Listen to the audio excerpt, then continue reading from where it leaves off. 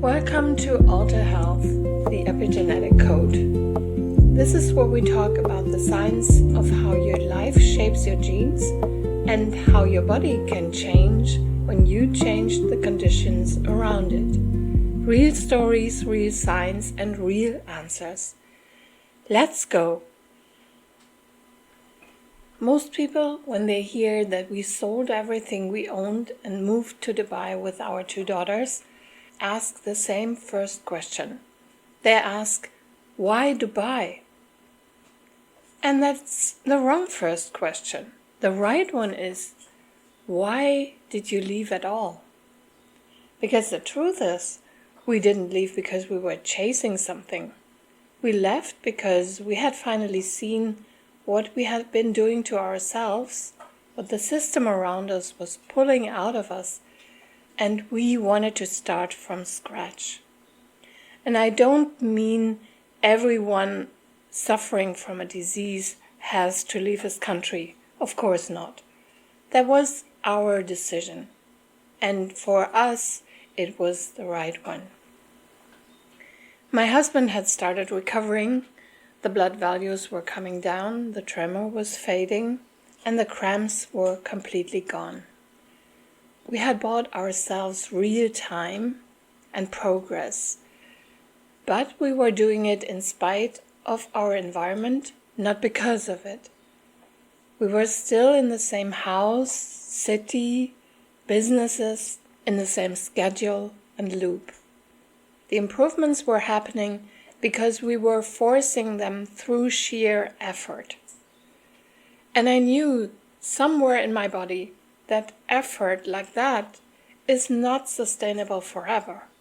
So today I want to tell you about the year we decided to walk away. Not just from a country, more from a version of ourselves that we had outgrown. And I want to tell you what happened when we got to the other side of that decision. This is Alter Health, the medicine nobody told you about. And I'm Dr. Nicola Schmitz. It started with me. These things usually start with one person who says the unspeakable thing first.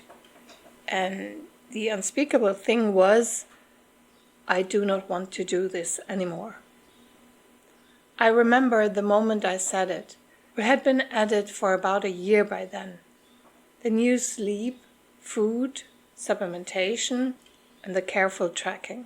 We'd seen real improvement in him.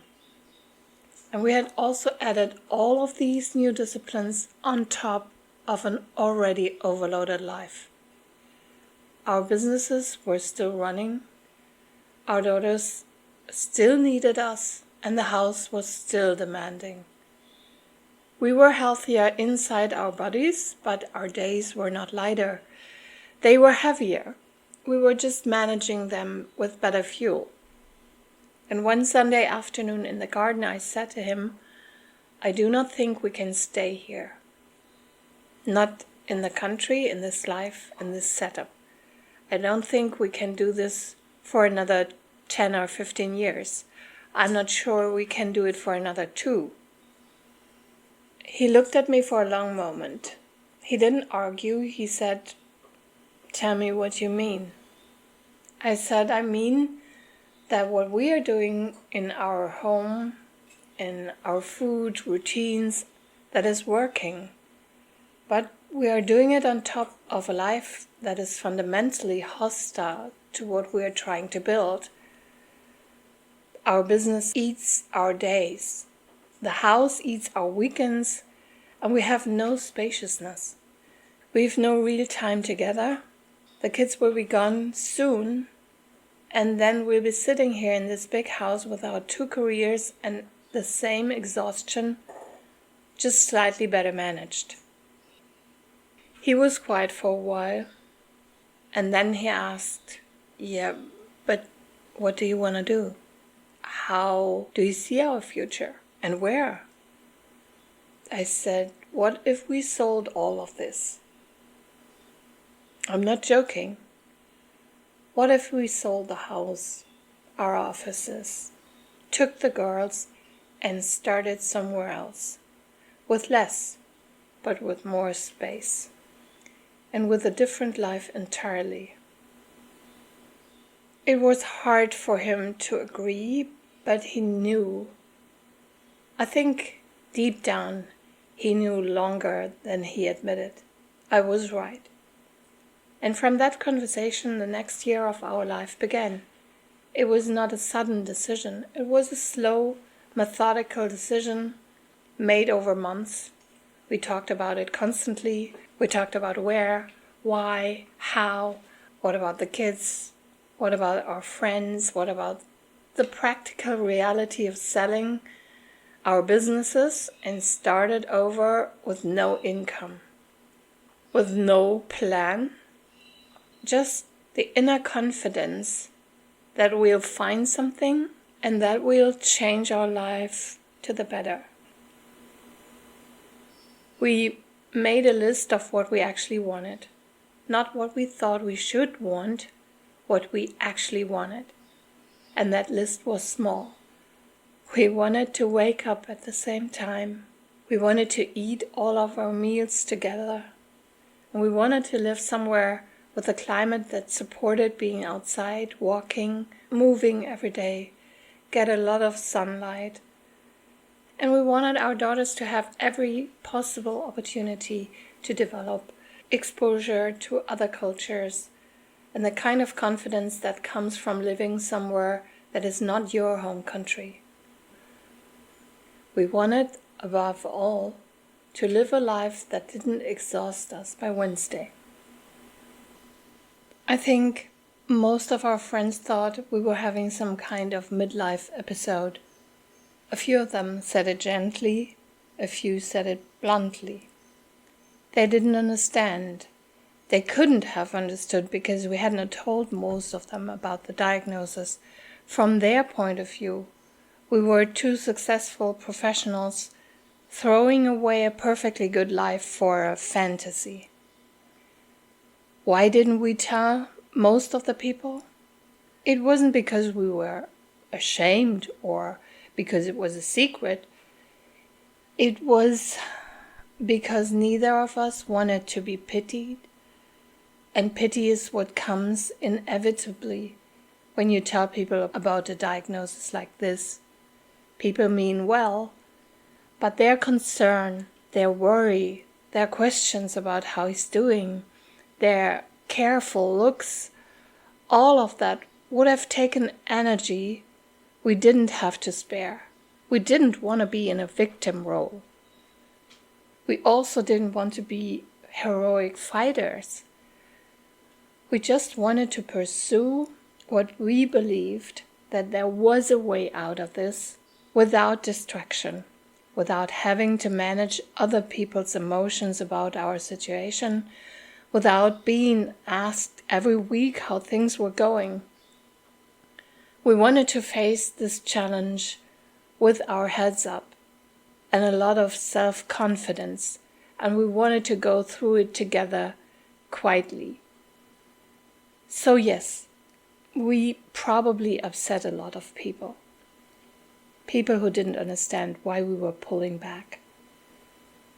Maybe they thought we were crazy, selfish, unfriendly. I'm sorry, I really am. But that was the price. And in that moment, our life mattered more to us than their opinion.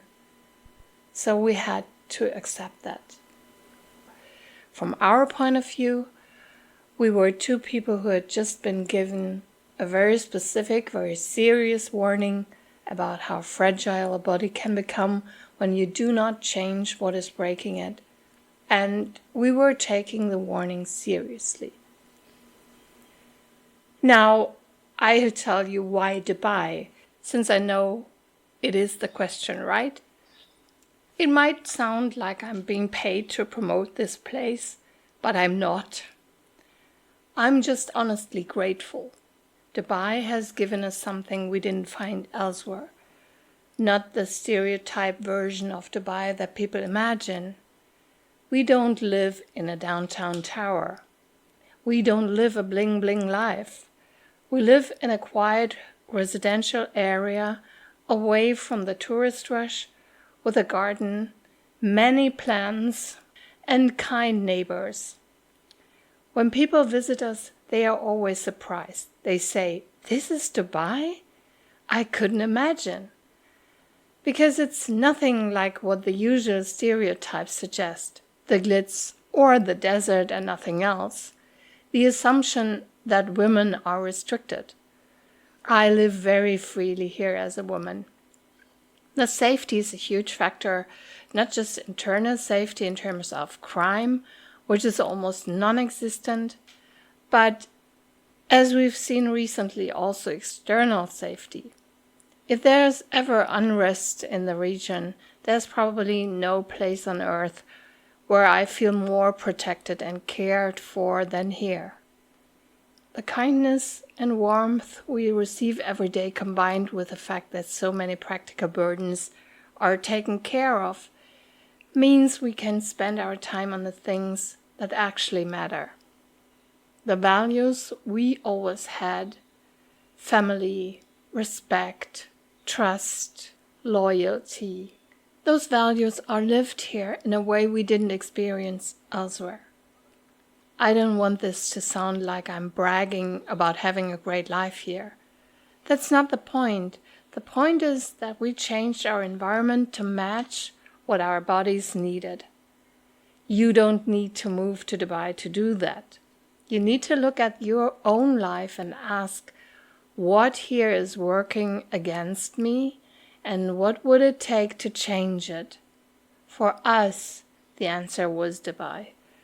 For you, it might be something completely different. But the principle is the same. Health happens in the right conditions. And sometimes the most important change you can make is the one that gives your body space to recover. We'd been to Dubai a few times before, mostly briefly as tourists. We did one longer scouting trip together before we made the final decision. We walked the neighborhoods, visited schools, we talked to other expat families, sat in cafes, asked ourselves, can we picture us and our daughters here?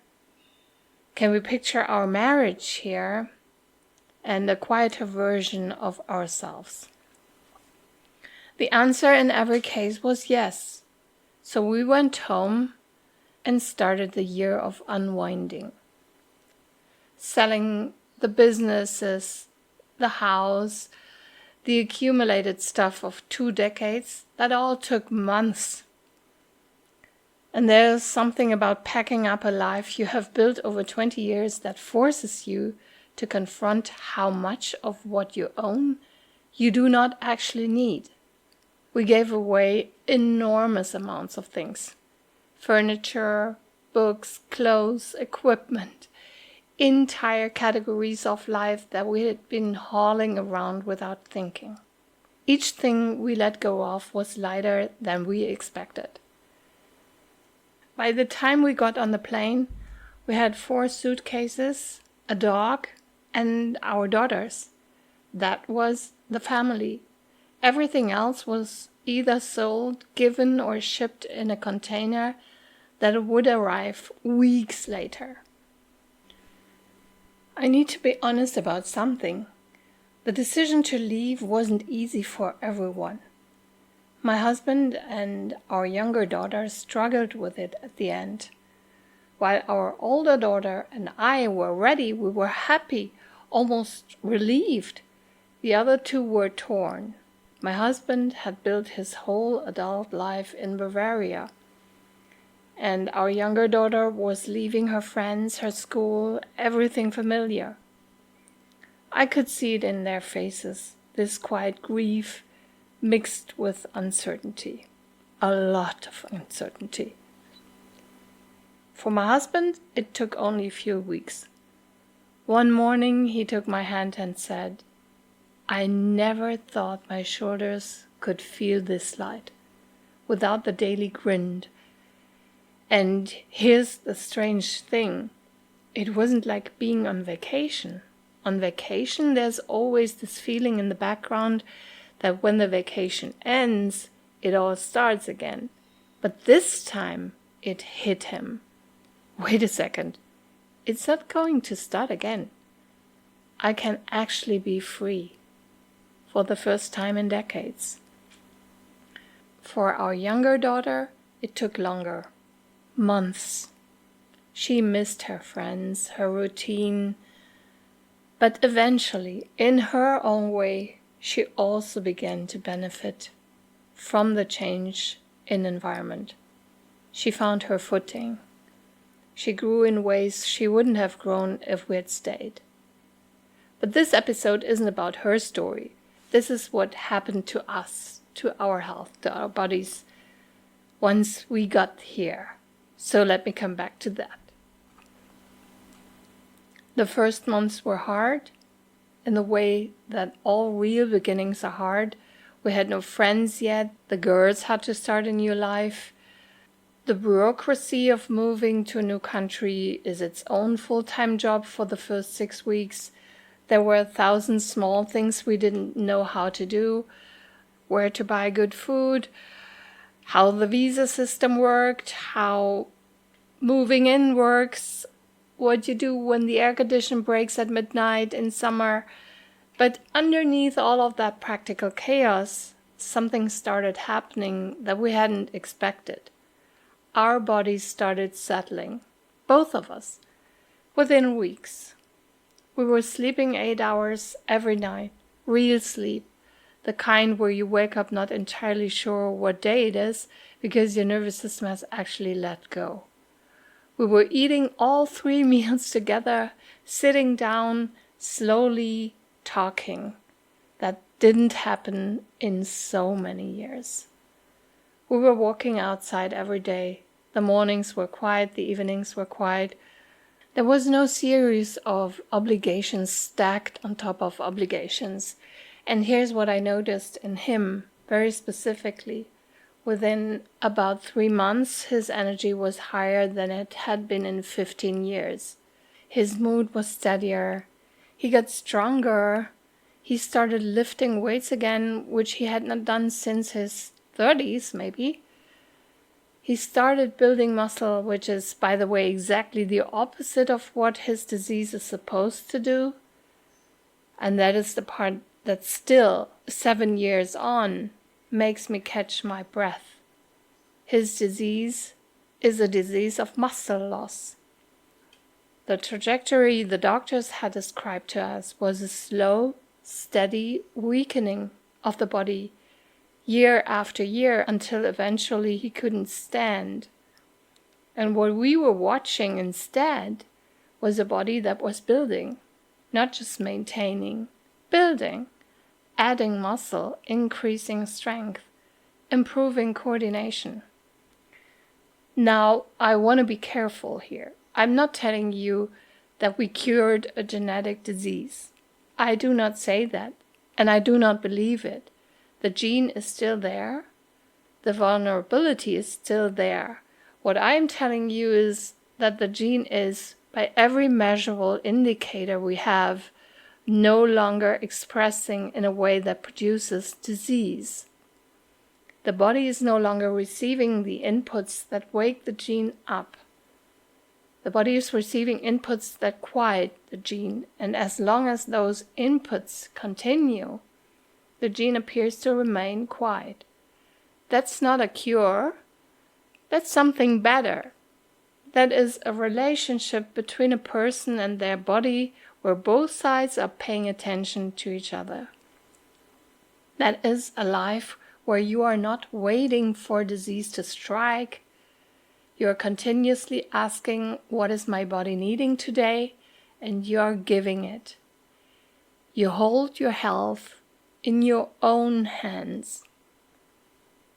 Now, for a few minutes, let's look at what our life actually looks like now, because I think it is useful to hear, especially if you are listening to this from inside a life that feels like the one we left. So we wake up at the same time every morning. We have breakfast together. We walk, often in the early hours before the heat. With our 2 dogs now, we have lunch together, we have dinner together. We talk to each other properly every day, not just logistics, real conversations we didn't have for almost a decade because we were too tired to have them. My husband works on his own things now, things he chooses that bring him energy rather than drain him. And he's more himself than he has been since I first met him. The man I see in the kitchen in the mornings, making his coffee, preparing our yogurt, is the man I fell in love with at 17, with a few more lines on his face and a much steadier nervous system. And I built, slowly and almost by accident, the work I do today. The epigenetic coaching, the clients, the retreats, teaching. I started with my husband, with one friend, then a few more, then a steady flow of people who had heard from somewhere that there was someone who looked at the body differently, and the work grew faster than I expected. It still does. And the strange thing is, this work doesn't feel like work to me in the way my practice did. The practice was something I was good at and I made a good living from it, but it was not who I am. This is my calling and this is who I am. I'm not exaggerating when I tell you that I feel for the first time in my adult life that I'm doing what I'm here to do. There's a quiet rightness to it. I think that is also part of why my own body has changed since we moved. I'm not the same woman as I was in Bavaria. I am calmer, clearer, stronger, and I'm visibly happier. None of this happened because Dubai is magical. We could have done a version of this in many places. The real change was the decision to stop doing what was breaking us and start doing on purpose what was rebuilding us. That decision is available to most of you listening. Not always in the form of a move to another country, as I said. Most people will not and should not do that. But the decision underneath the move is available. The decision to look at your life and ask, what here is currently working against my body and what would it cost me to change that? And is the cost of changing it actually higher than the cost of not changing it? Because most people I have learned are paying a much higher price for staying than they would pay for leaving. So that is where we are now, 7 years past the diagnosis, living a life that, by any honest measure, shouldn't have been possible according to the doctors who saw my husband first. He is strong, he's symptom-free, he's building muscle in his 50s on a body that was supposed to be losing it. We're both healthier than we have been in decades. And the work I do, the work that started as a desperate research project for one man, has become something that has helped many other people walk back from places where the system told them there was nothing left to try. Next week is the last episode of this season. I want to tell you why I made this podcast, why now, and why I decided, after years of doing this work quietly with one person at a time, to put my voice out into the world. Why I think this story matters not just for people with rare genetic diseases, but for almost anybody who has been told they are fine when they are not, or that their condition is fixed when it's not, or that they should just learn to live with it. I am going to tell you what I want this show to be, and what I want for you, and what I hope happens if you stay with me through the seasons that come after this one. It is, in a sense, the most important episode, because everything I have told you so far is about why I started looking. The last episode is about why I'm still looking, and why I'm asking you to come with me. If today's episode hit you, if you're sitting in a life that is slowly draining you, and you have been telling yourself there's no way out, please share this with someone who needs to hear it. Thank you for being here. I'll see you next Tuesday, because health is a choice.